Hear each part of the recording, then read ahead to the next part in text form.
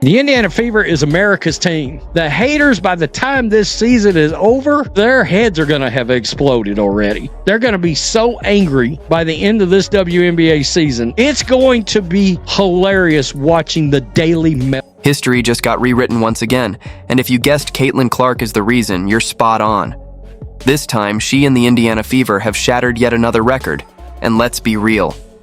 This one might hit Angel Reese a bit harder. Just trying to give myself some grace because I know I'm not the player that I want to be just yet, but also kind of patting myself on the back, telling myself that I'm still doing great. We're not talking about a fluke, a hot streak, or media hype.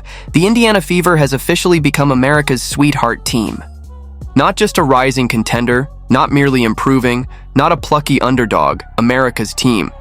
And this isn't just ESPN fluff. These are cold, hard numbers and sold-out arenas loudly declaring what the league can no longer afford to ignore. This is great news for women's basketball, period. She just brings so much passion to the game, and look at all these people that just want to come and see her. It is no secret that the Indiana Fever are the most popular team in the WNBA. It is good for the entire WNBA. Caitlin Clark didn't come to blend in. She came to shake things up.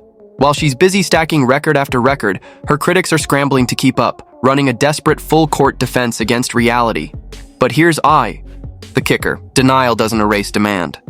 The more they sulk, the brighter Clark and the Fever shine. The NBA's attendance had a record-breaking high in 20 years with a total of 2.3 million fans attending games. You know what the increase was from 2024 to 2023 in attendance? 48%. That's massive. That's the Caitlin Clark effect. Phenomenon, yeah. If Caitlin Clark gets injured, it's over with. Tom. Every single one of you WNBA players, you better pray that Caitlin Clark doesn't get injured because she's keeping your league afloat. Let's talk numbers.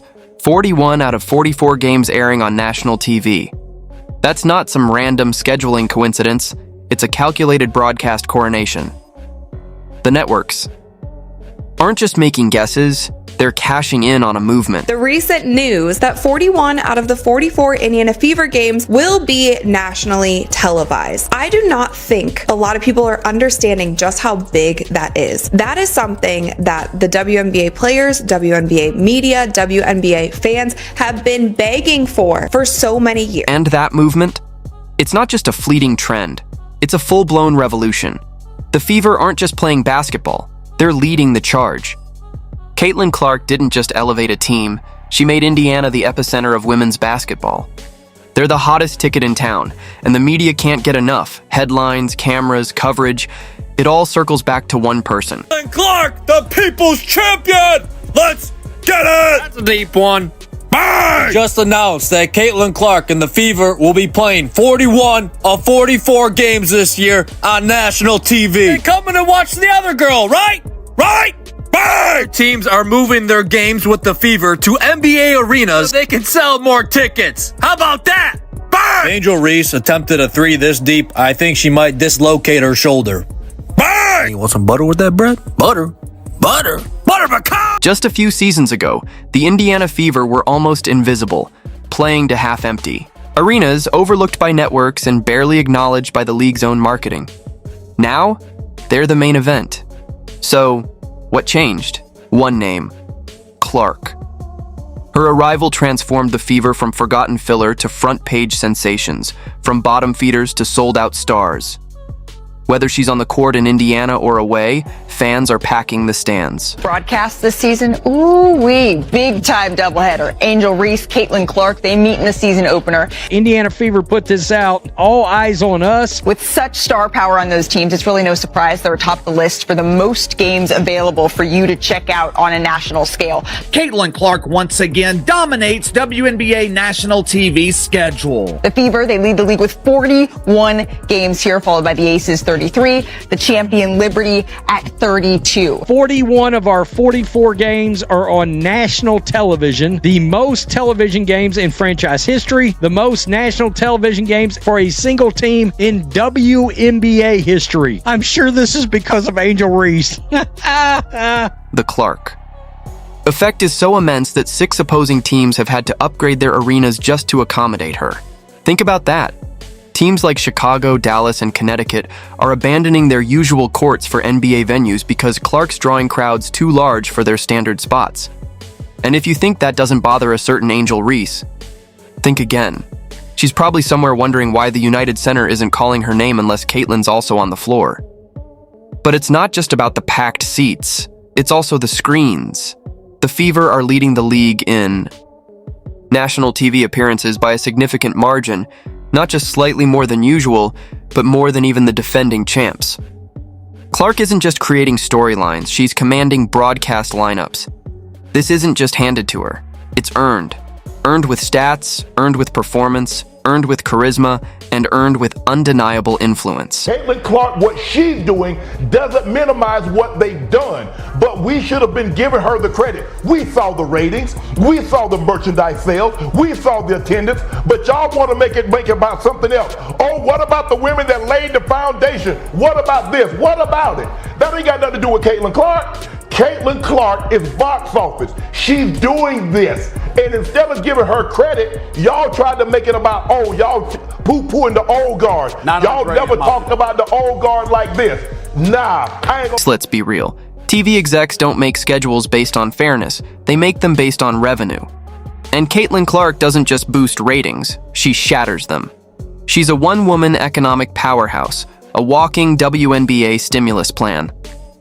It's no surprise that every network is scrambling for her matchups like it's Black Friday, and they're running out of flat screens. These networks are not thinking about hurting feelings. These networks are thinking about how much money can we bring in. I believe there was actually a debate on who was Rookie of the Year last year. Imagine being that delusional. Bang! People need to understand she saved this league. Powder, there's no TV deals, no ad sponsorships, heck, no shoe deals for you, Angel Reese, no McDonald's money. The league losing millions of dollars each year. She saved them from bankruptcy. Time to be grateful. Bang! 93% of her games on national TV. She's like that. Just think about last year. Some random regular season Fever games pulled in more viewers than the WNBA Finals. Let that sink in. That kind of draw doesn't just elevate the Fever, it lifts the entire league. Everyone trying to diminish the wave that was happening, the Clarkonomics that were happening, the Caitlin Clark effect that was happening, and realizing it is not only going to be good for this Indiana Fever team, it's going to be great for everyone. It's going to be great for every single player in the WNBA and also every single team. And that goes for teams like the Chicago Sky, the Aces, and the Liberty too. Let's be honest, Angel Reese and the crew aren't hitting those numbers solo. When the Fever roll into town, suddenly, they're on national TV, the arena's packed, and sponsors are lining up. So while Reese is busy scrolling through Twitter and liking shady posts, she might want to remember who's making that spotlight bright enough for her to stand in. Aces, they're going to clash here 3 times. All 3 of those are on ABC and ESPN. The Fever and the Sky, they meet 5 times. Caitlin Clark, the revamped Fever, they look to build on their success. There have been 6 teams that have changed venues when the Indiana Fever come to play. All of these arenas are... Be real.